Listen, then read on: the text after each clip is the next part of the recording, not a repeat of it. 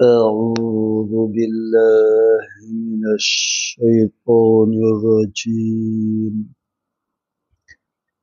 بسم الله الرحمن الرحيم. الحمد لله الذي جعل لكل شيء سببا بالمشيئة،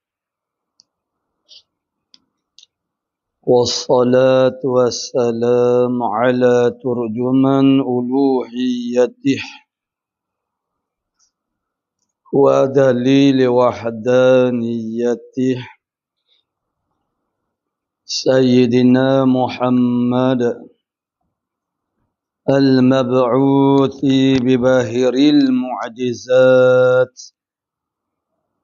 لتأييد رسالته وتصديق هدايته، وعلى آله وأصحابه وأتباعه أجمعين، ولا حول ولا قوة إلا بالله العلي العظيم. عدد كل حرف كتب ويكتب أبد الآبدين ودهر الداحرين. اللهم فقهنا في الدين وعلمنا التأويل. اللهم فقهنا في الدين وعلمنا التأويل. اللهم فقهنا في الدين وعلمنا التأويل. اللهم رب اشرح لي صدري ويسر لي أمري واحلل عقدة من لساني يفقهوا قولي. أما بعد، فقال الشيخ المؤلف رحمه الله تعالى ونفعنا بعلومه في الدارين آمين ya rabbal alamin. Dan dinaikkan dengan dia kepada segala langit yang tujuh, kepada sidratil muntaha, kepada kursi, kepada mustawa, kepada arasy, dan melihat ia akan Tuhannya Azza wa Jalla sebagai lihat yang patut dengan dia subhanahu wa ta'ala. Qala muallifu rahimahullahu ta'ala. Jadi sebahagian daripada kisah mana Isra dan juga Mi'raj, sebagaimana yang kita telah sebutkan kemarin, sabitnya maknanya Isra itu ialah dengan nasil Quran, nas Al-Quran. Manakala sabitnya Mi'raj itu ialah dengan hadis Nabi sallallahu alaihi wasallam.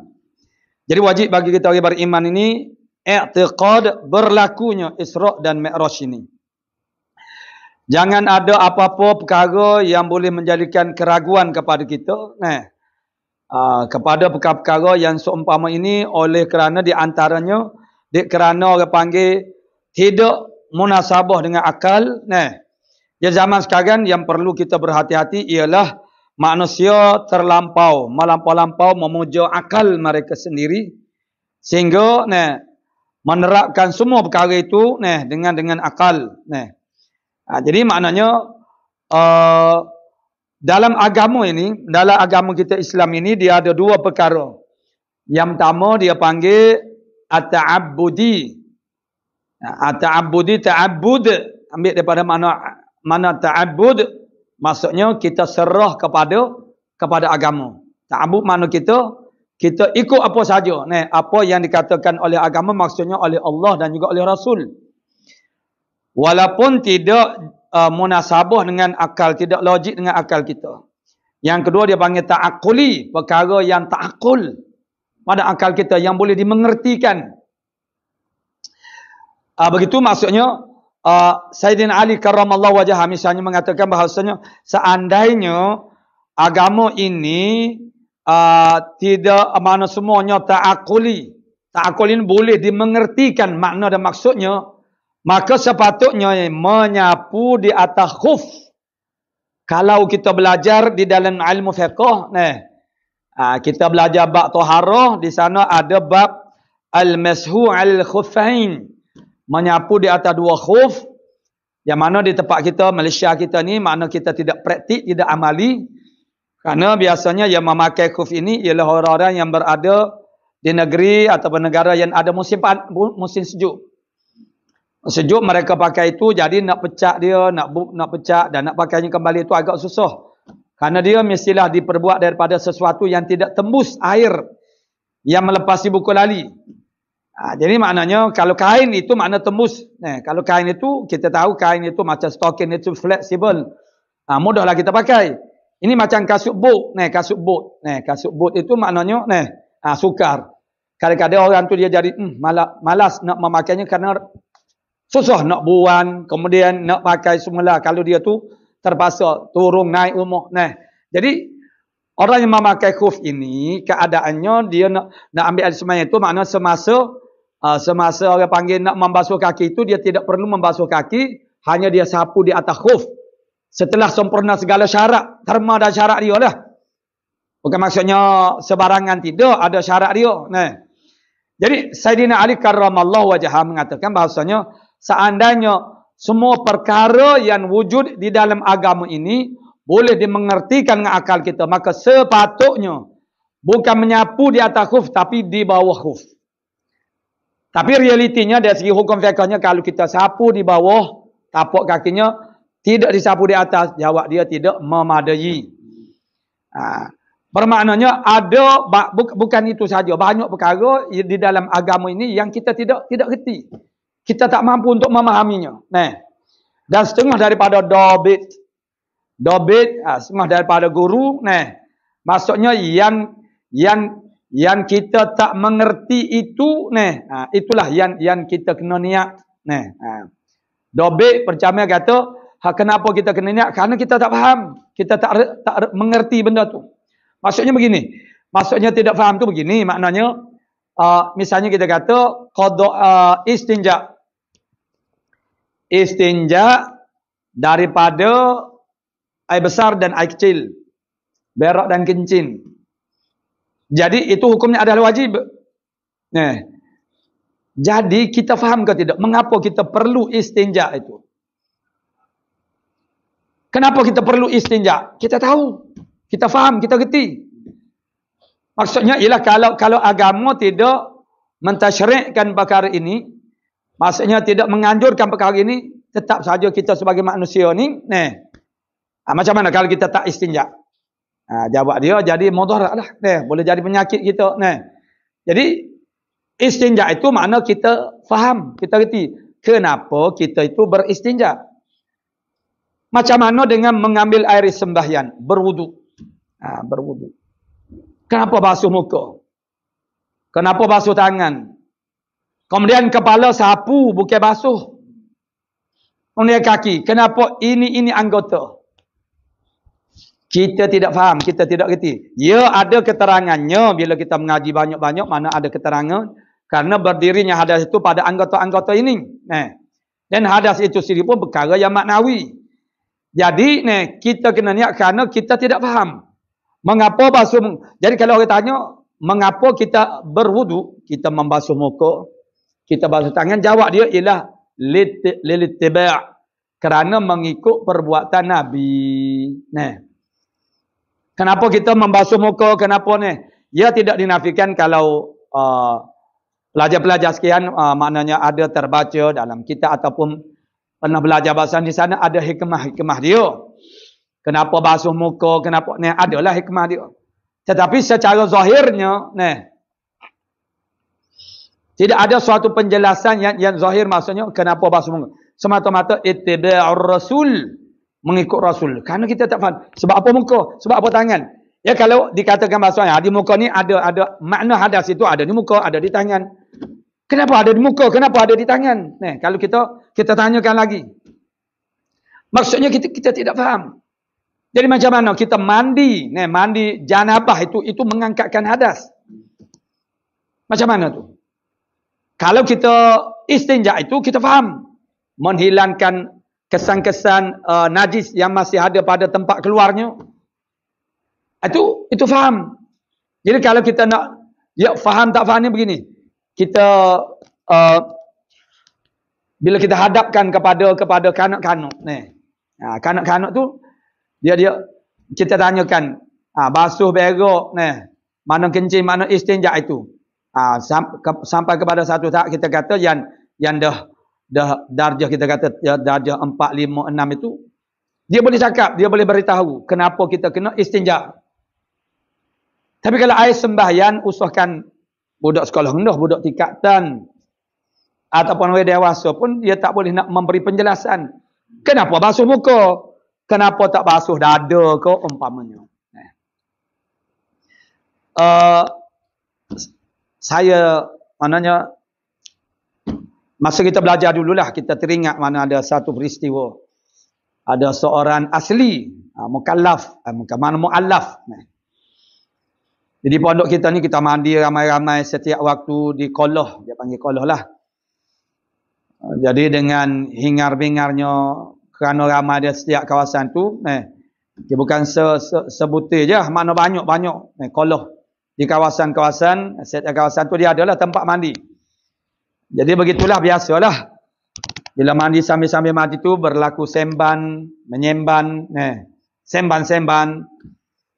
Jadi kita teringat ketika itu seorang asli, orang asli yang mu'alaf yang masuk Islam, bahaya kita ni lah, bahaya kita sekarang.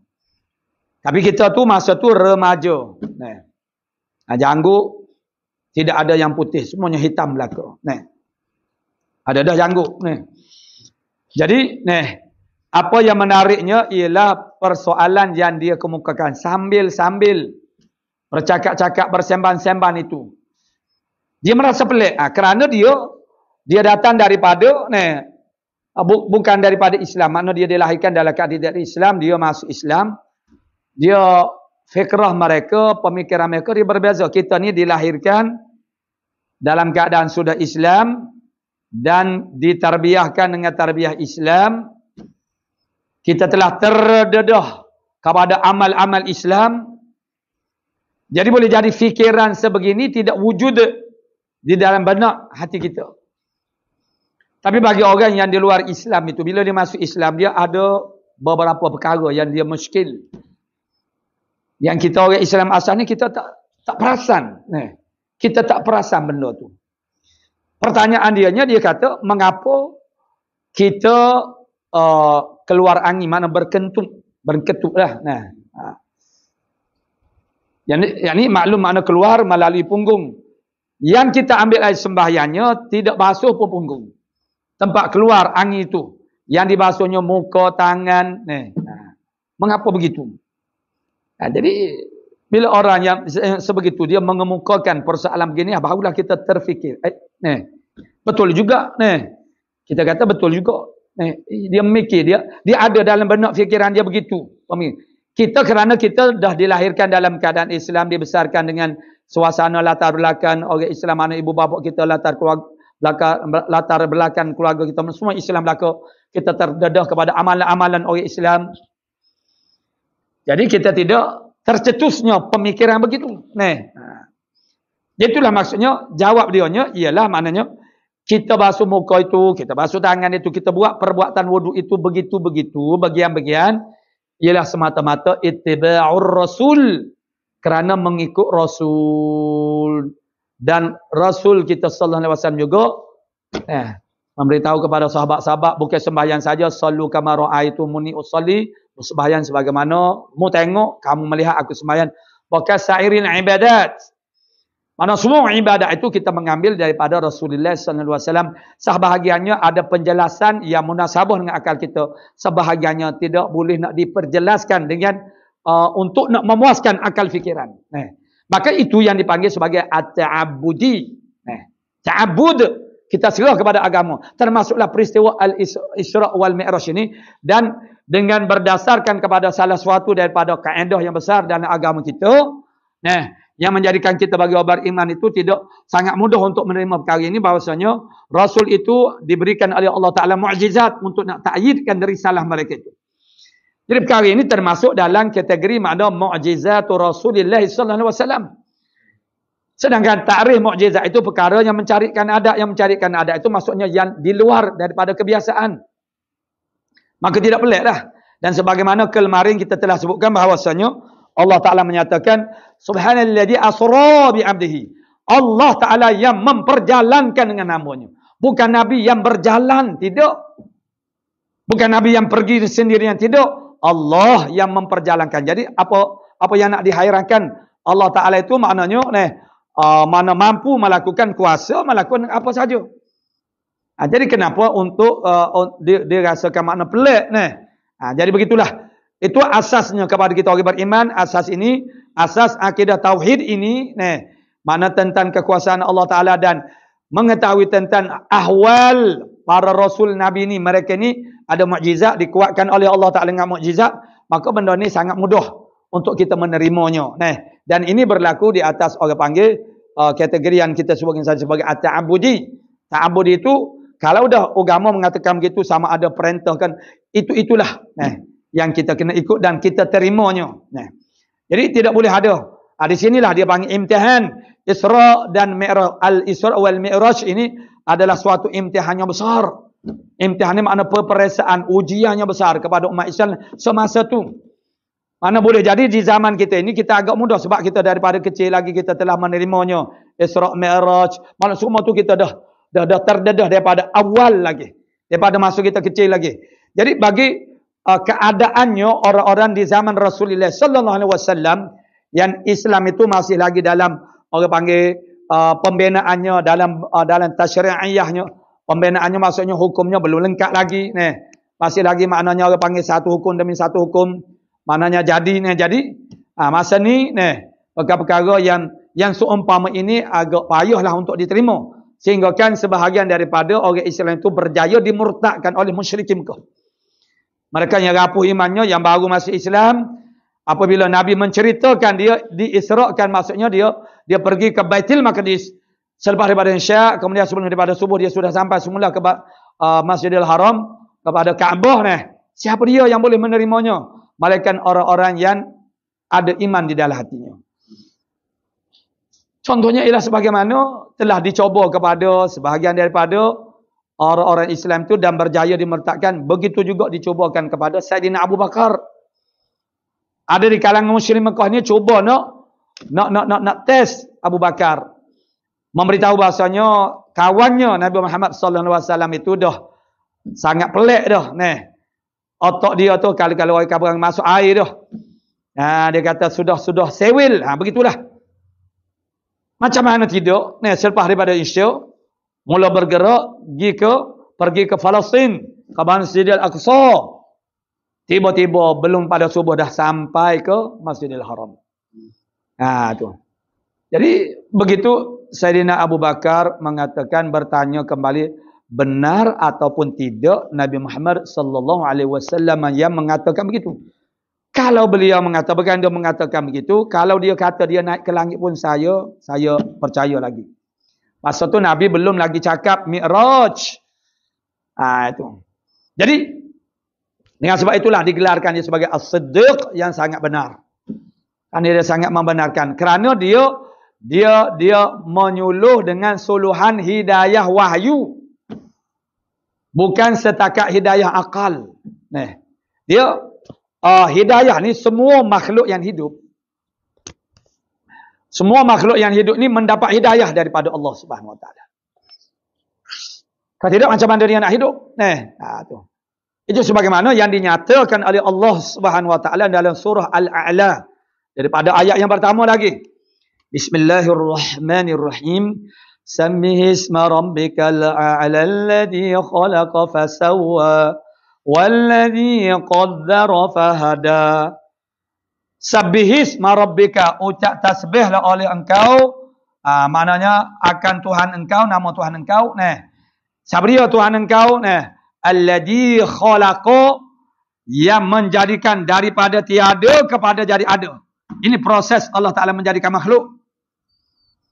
Dia panggil al-khalqu, ada 4 prosesnya sebagaimana yang disebut di dalam ayat ini. Al-khalqu menjadikan maknanya daripada tak ada langsung kepada jadi ada. Alladhi khalaqa fasawwa, sawwa, maka sawwa memberi bentuk. Allah Ta'ala menjadikan makhluk, maka seterusnya Allah Ta'ala memberikan makhluk itu bentuk-bentuknya yang tersendiri. Jadi walladhi qaddara. Yang kedua ialah at-taswi. At-taswi maksudnya ialah memberi bentuk. Yang ketiga Walladzi qaddara fahada. Dan Tuhan yang mentakdirkan.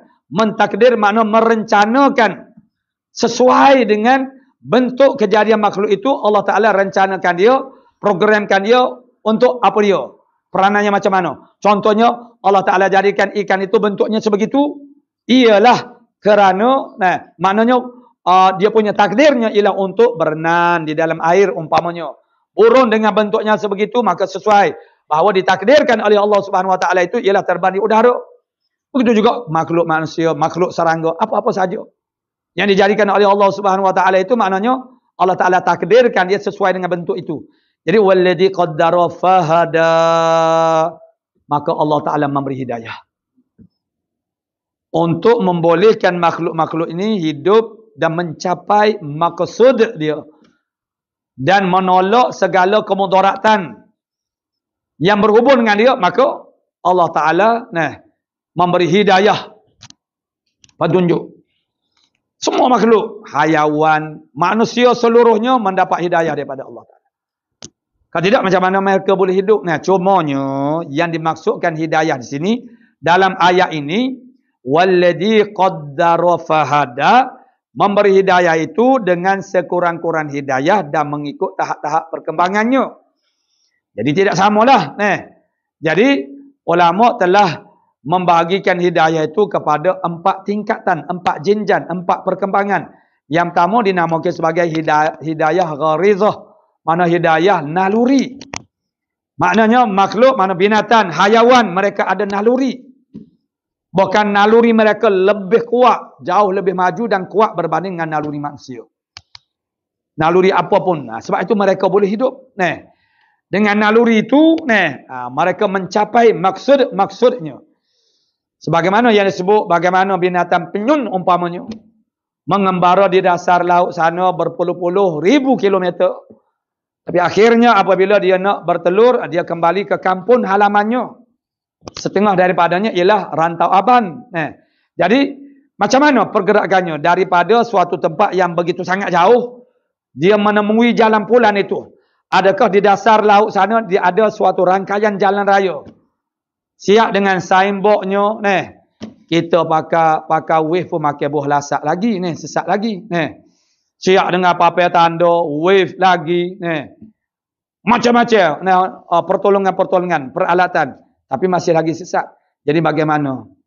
Seumpamanya binatang penyum ini dia boleh menemukan. Itu mereka dikurniakan oleh Allah Ta'ala naluri yang sangat tajam.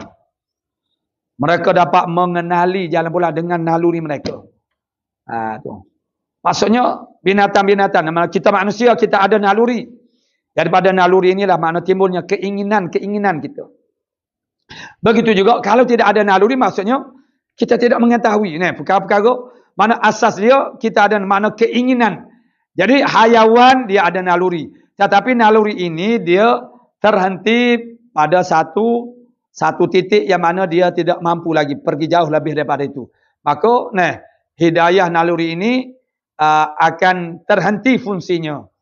Malaikat di sana dia ada hidayah tingkatan yang kedua, nama dia hidayah anggota. Hidayah anggota inilah yang akan menyempurnakan hidayah naluri. Jadi penyung saat ini bertindak dengan apa nama? Dia panggil kaki ke atau sayap. Dia boleh berenang. Indera hayawan dan juga naluri hayawan adalah lebih power, lebih kuat daripada kita manusia. Sebab kita manusia dia ada satu lagi tingkatan hidayah, ditulun dengan hidayah yang lebih atas lagi. Naluri mana misalnya naluri sifat dendam yang ada pada binatang itu lebih mendalam dan lebih kuat. Sebab itu jangan kita cari pasal dengan binatang-binatang yang sudah dikenali mempunyai naluri dendam yang sangat kuat. Dia ada. Kita ni yang menggesa kita, menganjurkan kita membuat kajian, analisa terhadap hayawan-hayawan ni mana? Allah Ta'ala yang menggesa kita. Afala yanzuruna ilal ibili kaifa khuliqat. Binatang unta tu maksudnya semua binatang lah. Tetapi akhirnya kita nak mengenali binatang ini, kita terpaksa belajar daripada orang bukan Islam. Mana? National Geographic. Tengok. Itu sebuah maklumat. Mereka membuat kajian, mengkaji perangai-perangai. Sehingga mereka dapat memahami hasil daripada kajian itu, mereka memahami naluri binatang-binatang ini. Sebab mereka membuat perhatian. Jadi begitu. Misalnya kita kata, kalau kita masuk hutan misalnya, tak payahlah masuk hutan betul. Kita ni misalnya nak pergi ke Gerik ke Perak ke, kita kena lalu jalan raya, tapi hakikatnya mana hutan dulu. Itu habitat gajah umpama. Jadi kita dipesankan supaya mulut jangan celupar. Jadi begitu juga kalau tikus ini, kalau kita duk bercakap-cakap, kita nak tahan perangkap banyak, tak kena. Macam mana tu dia faham ke kita cakap? Begitu. Itu suatu benda yang mana dia ada naluri yang tertentu untuk mana seperti umpamanya kita kata ada setengah daripada hayawan ataupun binatang dan disifatkan dia pintar, mana cerdik. Misalnya binatang ikan lumba-lumba umpamanya. Dan anjing yang boleh ditaklim, anjing muallamah, boleh dilatih dia. Jadi adakah maksud mereka pintar ini ada akal? Tak ada. Binatang tidak ada akal. Jadi macam mana mereka itu disebabkan dengan mereka ada otak? Itu adalah sebenarnya gandingan di antara naluri dia dengan indera dia. Hidayah indera. Indera itu maksudnya anggota-anggota. Jadi binatang dia punya naluri dia sangat tajam. Dan indera pun sangat tajam. Sangat kuat. Sebab mereka bergantung kepada dua perkara ini saja. Ini dia panggil hidayah. Jadi, misalnya kita kata burun helan yang berada di angkasa raya itu dia nampak anak ayam di atas bumi ni, atas tanah. Dengan jarak yang sebegitu jauh. Dan dia boleh menuju straight kepada anak ayam untuk menangkap anak ayam itu. Kerana dia mempunyai mata yang sangat-sangat tajam. Kalau kita dapat mata helan, sedapnya baca kitab ni kita ni kena tunduk, kena ada. Kemudian orang panggil dari segi kekuatan, misalnya kita kata monyet kera, dia bergantungan di dahan-dahan kayu. Cuba kita bergantung sampai ke 1 minit di palang. Maknanya kita ni indera kita lemah berbanding dengan binatang. Binatang pemangsa mempunyai tenaga yang sangat kuat. Mempunyai misalnya badak air, makna gerahan dia tu power sangat kuat sangat cengkaman. Jadi maknanya binatang dia ada kekuatan naluri dan juga indera. Kerana dia hanya berhenti setakat itu saja. Manusia ini Allah Ta'ala hidayahkan dia pula dengan hidayah akal, hidayatul akli, hidayah akal. Akhirnya setiap hidayah yang rendah itu ada hak dia dan dikoreksi, diperbaiki peranan dia itu makna oleh hidayah yang lebih atas. Jadi makna hidayah indera kita, mata kita, penglihatan kita. Sampai satu tahap, penglihatan kita akan menipu kita. Kalaulah tidak di backup oleh akal. Contohnya seperti kita kata, kita masukkan air di dalam gelas. Ini masuk kita sekolah rendah lagi cikgu. Tu pelajaran ni ada masuk sekolah rendah lagi. Kemudian dimasukkan pembaris ataupun suatu benda yang betul. Di dalam maka kita akan nampak bengkok. Maka kalau kita serahkan ilmu kita tu kepada akal, kepada mata semata-mata, kita telah tertipu daya. Sebenarnya mana pembaris itu tidak bengkok, hanya kita nampak bengkok. Dia sumber ilmu kita manusia ni dia ada 3. Yang pertama khabarus shadiq, itu Al-Quran dan juga hadis yang mutawatir. Yang keduanya ialah al-aqlus salim. Yang ketiga ialah al-hawasil khams as-salimah. Panca indera kita mana yang 5 ini yang sejahtera, itu sumber kepada ilmu kita. Apa yang kita lihat, itu jadi ilmu, maklumat. Jadi sekarang kita melihat kayu itu jadi bengkok. Namun pengalaman kehidupan manusia ini menyatakan kayu itu tidak bengkok. Karena manusia kali pertamanya bila dia mendapati situasi yang seperti ini, dia rasa pelik. Macam mana dia bengkok? Maka diangkatkan kayu itu tidak bengkok. Dimasuk ke sana mana bengkok. Akhirnya manusia, daripada situlah manusia mengkaji. Akhirnya manusia mendapat penjelasan. Begitu orang-orang kampung jamia-jamia dulu. Selepas daripada orang panggil muk ni mengetam padi. Biasanya dimasukkan air di bendan. Begitu ikan-ikan pun masa kering itu maknanya dia memendap. Dia timbul lah dah. Lalu zaman dahulu maknanya zaman dahulu tu bukan zaman dahulu kala dulu. Zaman-zaman kita kanak-kanak dulu lah. Setengah daripada orang itu maknanya amalan mereka itu selepas itu makna dia mencari ikan ni maksudnya dia gunakan parang keumpamanya untuk menetak ikan. Tapi bila dia menetak ikan itu tidak kena. Begitu dicuba berkali-kali tak kena. Lalu ketika dia tersalah daripada sasaran yang kena pula. Bermakna ikan itu bukan berada pada tempat yang kita lihat. Sebab dia berada dalam air. Jadi pada situlah manusia mengerti. Mengapa berlaku lagu tu? Macam tu. Akhirnya manusia dapatlah jawapannya. Jadi manusia ni, Allah Ta'ala beri hidayah akal untuk mengoreksi, membetulkan kesilapan yang dilakukan oleh indera. Kadang-kadang berdesing dengan di telinga kita. Kita tahu tidak ada pun benda tu. Tetapi oleh kerana suhu tubuh badan kita tu terlampau panas, demam umpamanya, maka kita terdengar macam berdesing. Ataupun kita makan makanan semuanya pahit. Nasinya pahit, lauknya pahit, kuahnya pahit. Tom yam pun boleh jadi pahit lagi. Kita tahu sebenarnya makan itu tidak pahit. Tetapi pekecap kita yang ada di lidah sudah tidak menjadi. Sebab sama. Kerana suhu tubuh badan kita terlampau panas. Kerana kita demam. Jadi menyebabkan dia tidak intizam. Tak menjadi. Akal kita. Kita tidak marah kepada tukang masak. Apatah lagi ibu kita ni. Sebab kita tahu. Sebenarnya bukan masakan tak menjadi. Yang tak menjadinya ialah pekecap yang ada di lidah kita. Sebab ada aridi benda yang baru datang. Maka akal yang memberi penjelasan itu yang menyebabkan kita tidak akan jadi panik. Kita tidak akan orang panggil salah anggap terhadap suatu perkara ni. Tetapi hidayah akal juga dia ada had dia. Sampai kepada satu tahap dia tak boleh. Dia macam suluhan, macam kita lampu suluh ataupun lampu kereta, lampu motor. Capaian dia itu dia ada, kalau misalnya jalan tu straight jadi maknanya capaian cahayanya mengikut kadar kekuatan itulah, kekuatan kuasa dia maksudnya ialah dia ada satu had. Jadi walaupun straight, maka yang tak dapat dicapai oleh cahaya tu kita tak nampak benda tu, objek tu. Maka akal pun dia ada capaian dia, ada had dia. Maka lebih daripada itu kita tak dapat faham. Maka Allah Ta'ala berikan binatang, hayawan dia berhenti setakat hidayah indera sahaja. Dia tak dapat hidayatul akli. Ada pun manusia kalau dia dapat hidayah akal, dan kalau dia berhenti kepada hidayah akal semata-mata, dia akan sesak barat juga. Dia tidak akan menemui jalan, menemui Allah Subhanahu Wa Ta'ala. Maka Allah Ta'ala berikan satu lagi manusia ialah hidayatul wahyi, hidayatul din, hidayah wahyu, hidayah agama. Maka hidayah agama ini yang menjadikan suluhan hidayah agama ini dia tidak ada had.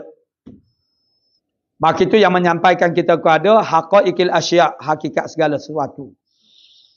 Maknanya walaupun tidak difahami oleh akal, tetapi di atas dasar yakin benarnya Allah, benarnya Rasul, sekurang-kurangnya yang kita orang panggil keyakinan itu berdasar kepada ilmu yakin. Itu pun sudah cukup.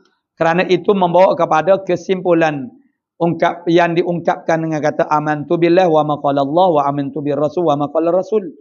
Aku beriman kepada Allah dan apa yang difirmankan oleh Allah Ta'ala. Sebagaimana kita dah belajar sifat uliyah. Sifat uliyah di dalam kitab ini Dan aku beriman kepada Rasul dan apa yang disabdakan olehnya. Jadi perkara-perkara yang tak mampu difahami oleh akal, tetapi datanya daripada Allah Rasul, wajib kita kena terima. Itu ialah berdasar kepada hidayah wahyi. Begitu Sayyidina Abu Bakar, dia tidak suluh dengan akal. Dia suluh dengan hidayah wahyu. Yakni dia beriman kepada Rasul. Membenarkan apa saja yang dibawa, didatang dan dikatakan oleh Rasul. Maka dengan sebab itu, dia dapat membenarkan kejadian Al-Isra' wal Mi'raj ini. Jadi begitulah. Maksudnya sekarang kita menghadapi suatu krisis yang sangat dahsyat. Sekarang umat Islam sendiri pun ramai dah di kalangan umat Islam yang tidak begitu yakin kepada ajaran Islam.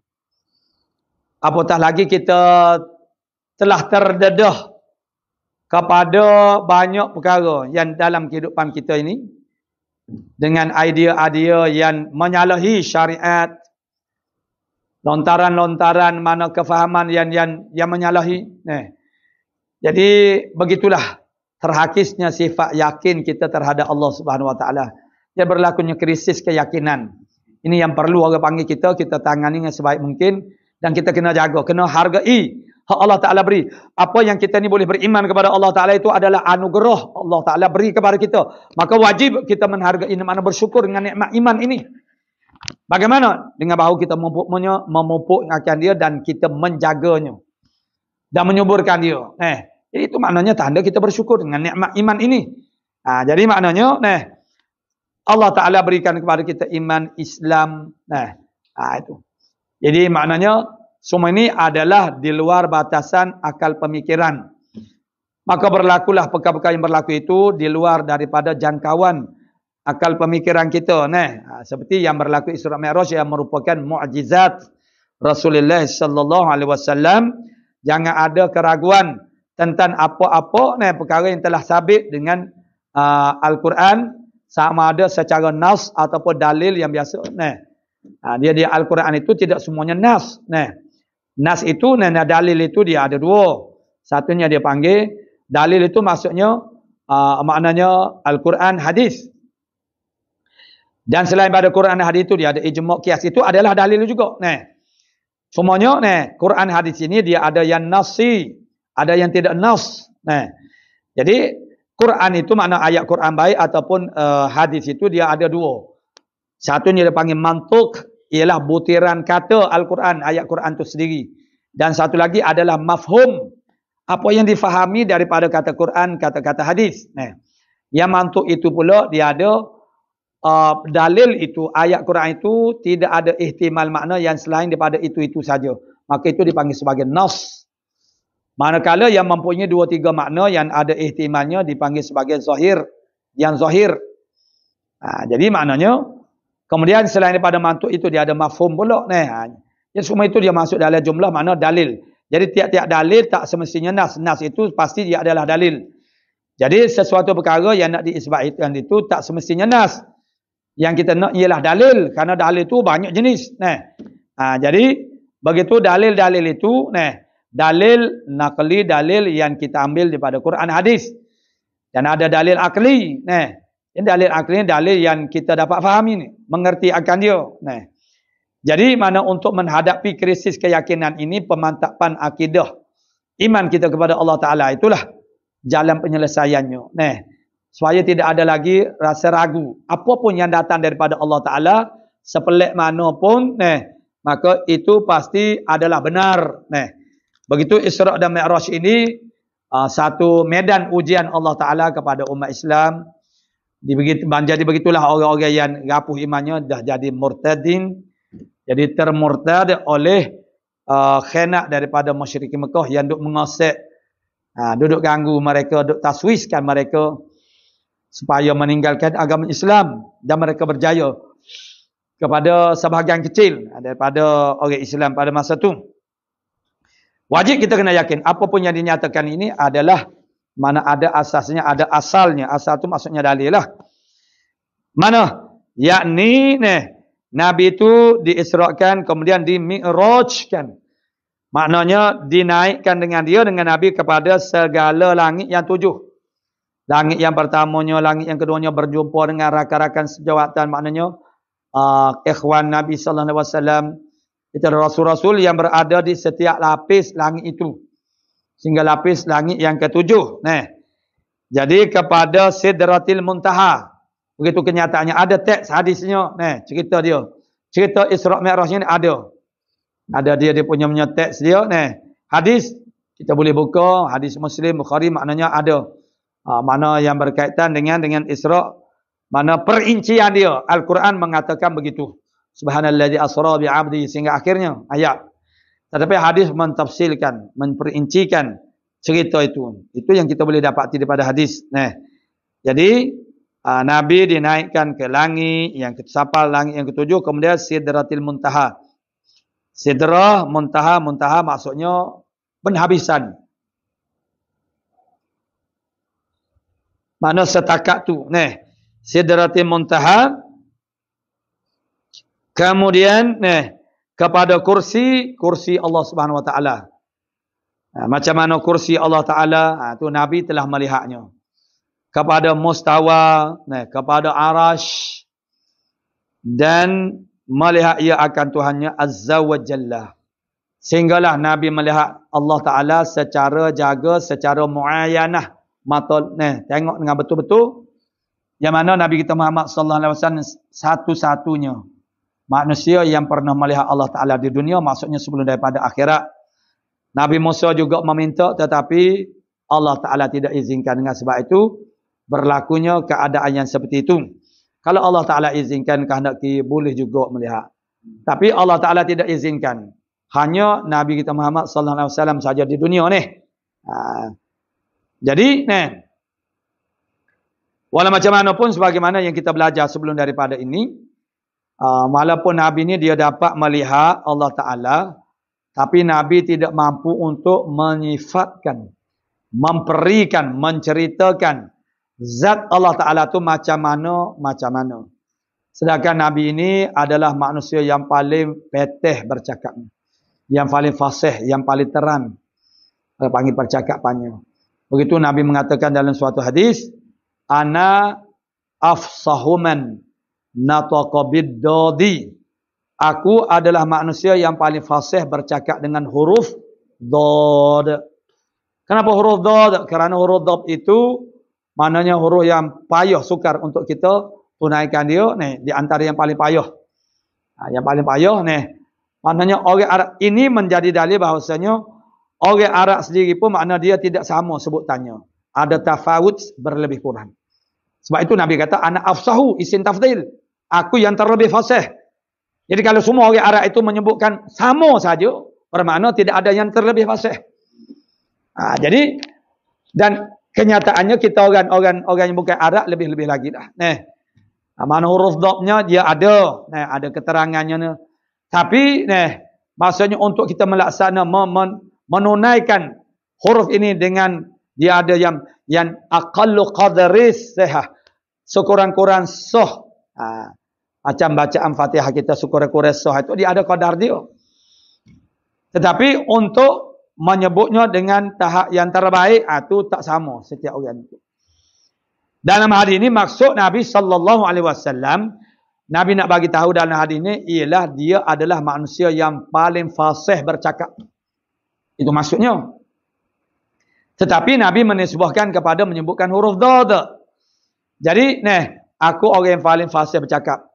Tetapi sefasih-fasih Nabi bercakap ini tidak mampu untuk nak menyifati, memberi penjelasan zat Allah Ta'ala itu macam mana.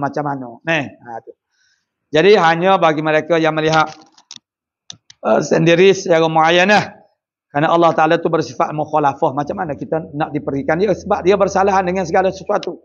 Yang boleh kita bagi tahu sifat-sifatnya itu kerana ada bandingan, ada nazir. Jadi begitu dinaikkan Nabi dan akhirnya dapat melihat Allah Subhanahu Wa Ta'ala. Berjumpa dengan Allah Subhanahu Wa Ta'ala di sana. Jadi Nabi melihat semasa Nabi berada di mustawa, bukan Allah Ta'ala itu berada di situ. Nabi berada di situ. Dan ini tidak boleh dijadikan dalil kepada Allah Ta'ala itu bertempat. Karena Nabi melihat Allah Ta'ala itu semasa dia duduk di situ. Bukan Allah Ta'ala duduk di situ. Sebagaimana yang disegerakan faham kalau nisbahkan kepada kawaid, kaedah kita manusia, makhluk ni. Jadi Allah Ta'ala lain, berbeza, menyalahi dengan tak sama dengan makhluk.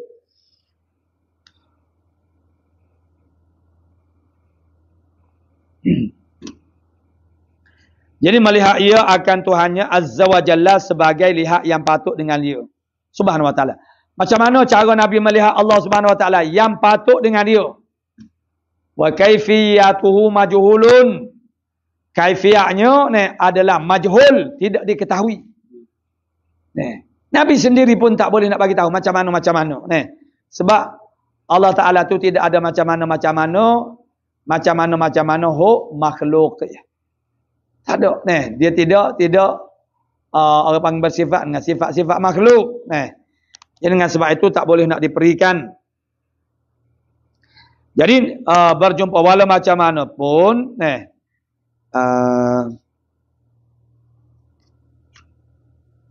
sudah lepas dah bahasanya kita tidak dapat melihat Allah Subhanahu Wa Taala secara jaga. Adapun dalam mimpi, pandangan ulama Ahlus Sunnah wal Jamaah boleh berjumpa dengan Allah Taala. Tapi sudah tentulah orang yang benar-benar terpilih. Kita ni dengan Nabi pun tak berjumpa, tak mimpi, tak bermimpi berjumpa dengan Nabi. Jadi kalau dengan Allah Taala min tarikil aula, daripada jalan terlebih utamalah tidaknya. Dan di antara orang yang pernah melihat Allah Taala dalam mimpi adalah Imam Ahmad bin Hanbal. Itu ada kenyataan dalam kitab-kitab yang lain lah. Dan Nabi berkata-kata dengan Allah Subhanahu Wa Taala. Jadi yang berkata-kata ni musyarakah. Itulah dengan Nabi Musa alaihissalam. Sehingga Nabi Musa itu digelarkan dia Kalimullah. Kenapa tidak gelarkan Nabi Muhammad Kalimullah? Karena Nabi Muhammad bukan saja setakat berbual-bual. Bahkan dapat melihat. Jadi maknanya Nabi Musa juga dapat bercakap dengan Allah Subhanahu Wa Taala. Melihat tidak.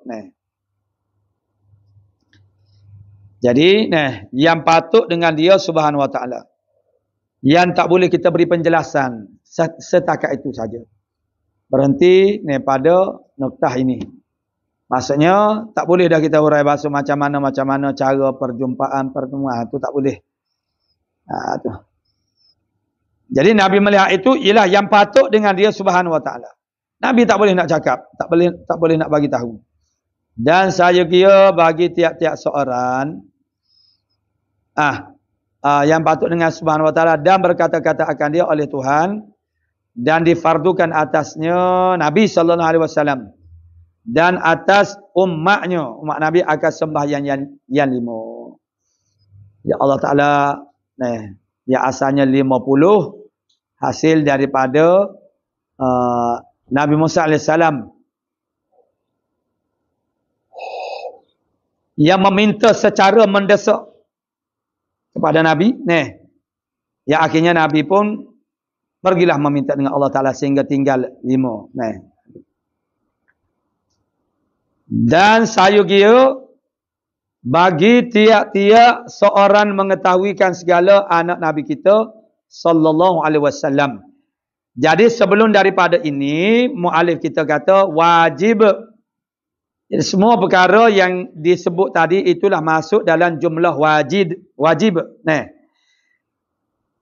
Manakala sampai di sini muallif kita sebut dan sayugia. Sagia maksudnya sewajarnya. Maksudnya tidak wajib lah. Cumanya sangat baik, sangat bagus. Sewajarnya, maknanya bagi tiap-tiap seorang mengetahui segala anak Nabi kita Muhammad sallallahu alaihi wasallam. Jadi kalau dia tidak tahu anak-anak Nabi itu makna tak jadikan dia itu berdosa. Tu. Cuma sangat ialah makna dalam keadaan kita ni mengenali tokoh-tokoh lain kita boleh mengenali. Jadi anak-anak Rasul tu kita anak-anak kepada Nabi kita Muhammad sallallahu alaihi wasallam itu kita tak tahu itu satu benda yang tak sepatut dia. Sebab tu dia panggil sayugia. Tak sewajarnya lah. Tak patut. Kita sebagai orang Islam, kita tak tahu anak-anak kepada Nabi. Anak-anak orang lain kita tahu.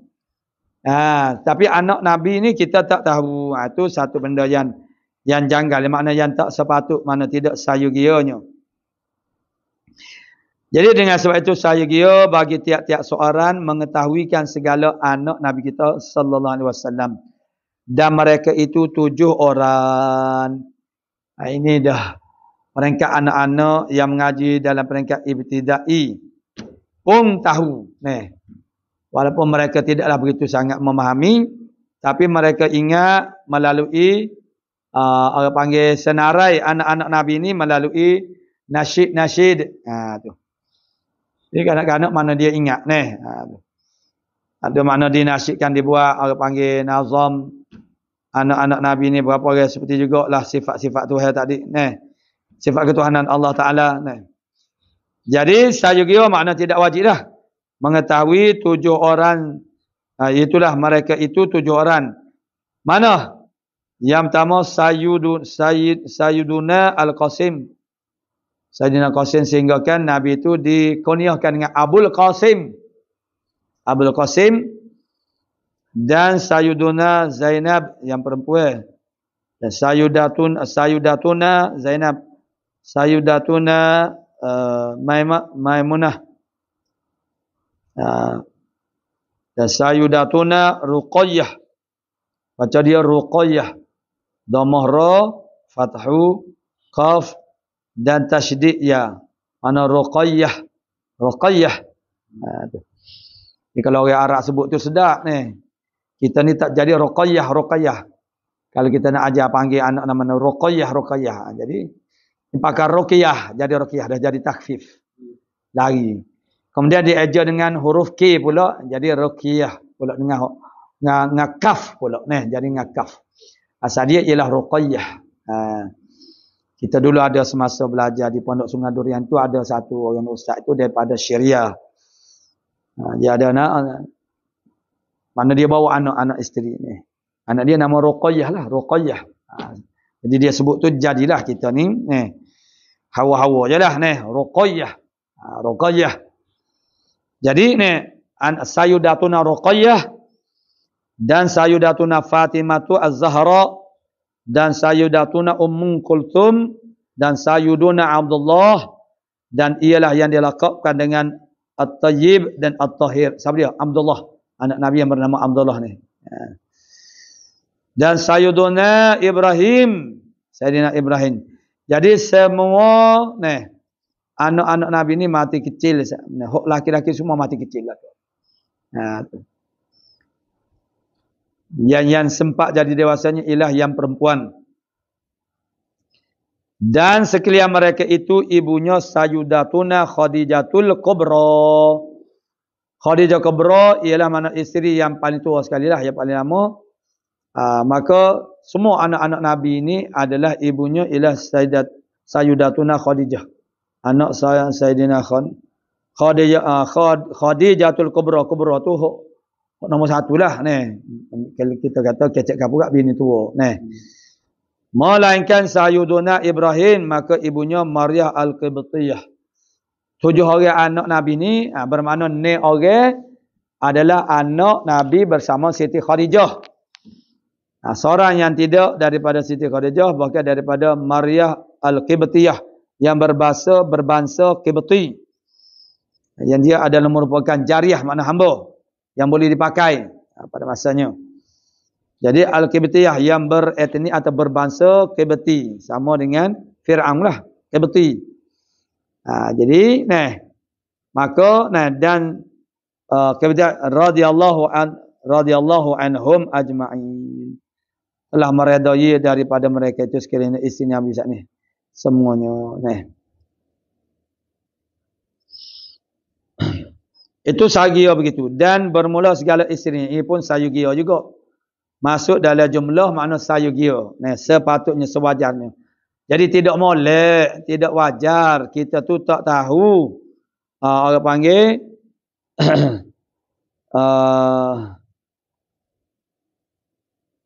Saat ni. Maknanya nama-nama isteri. Saat ni nama anak ni. Nama anak. Dan bermula segala isterinya. Sallallahu alaihi wasallam yang tertinggal kemudian daripada wafatnya. Selepas daripada Nabi wafat, mana meninggal dunia, Nabi meninggalkan 9 orang. Jadi 9 isteri lah. Yang mana isteri Nabi ini tidak boleh dinikahi oleh mana-mana laki-laki selepas daripada itu. Adapun yang pernah berkahwin sebelum daripada mereka itu berlaku. Adapun selepas daripada mereka itu makna wafat Nabi, tidak boleh sesiapa pun daripada kalangan laki-laki mengawini mereka itu. Dan mereka itu digelar juga selain pada azwajun Nabi, mereka adalah ummahatul mu'minin. Ibu-ibu bagi sekalian orang-orang yang beriman. Kalau kita beriman kepada Allah Ta'ala, maka haram. Mana haram di atas selain mana bernikah. Mana sebab dia adalah ibu bagi sekalian orang yang beriman. Namun dari sudut batal air semai itu batal. Cuma tak boleh berkahwin. Kerana kehormatan mereka. Kehormatan mereka kerana mereka adalah bekas mana isteri Nabi sallallahu alaihi wasallam. Jadi bilangan isteri Nabi kemudian daripada wafatnya ialah 9 orang. Ada 9 orang isteri Nabi setelah Nabi wafat. Jadi maksudnya tidak termasuk dengan Siti Khadijah lah. Tu. Yang 9 orang iaitu Sayyidatuna Aisyah tu. Mana penghulu perempuan kita, itulah makna tuan perempuan kita itulah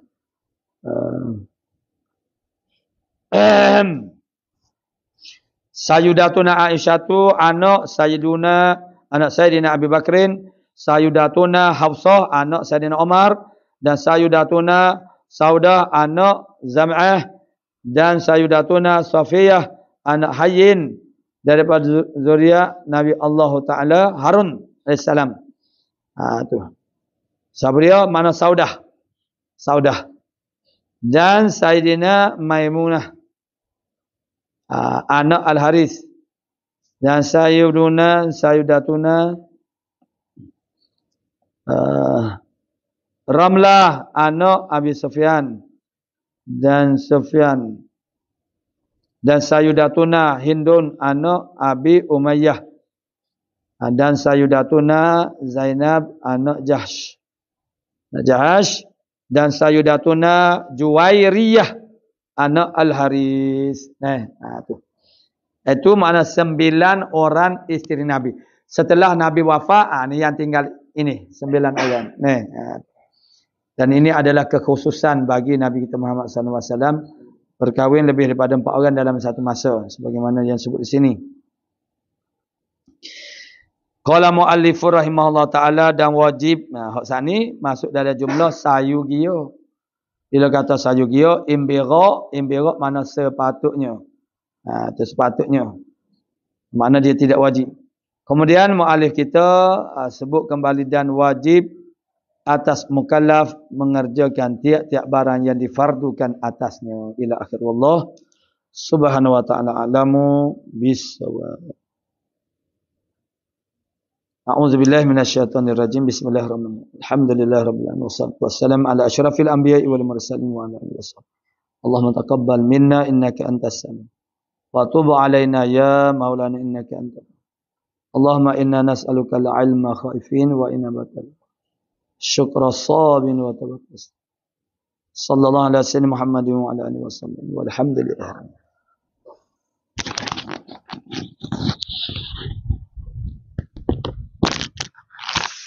Tanya jauh-jauh ni.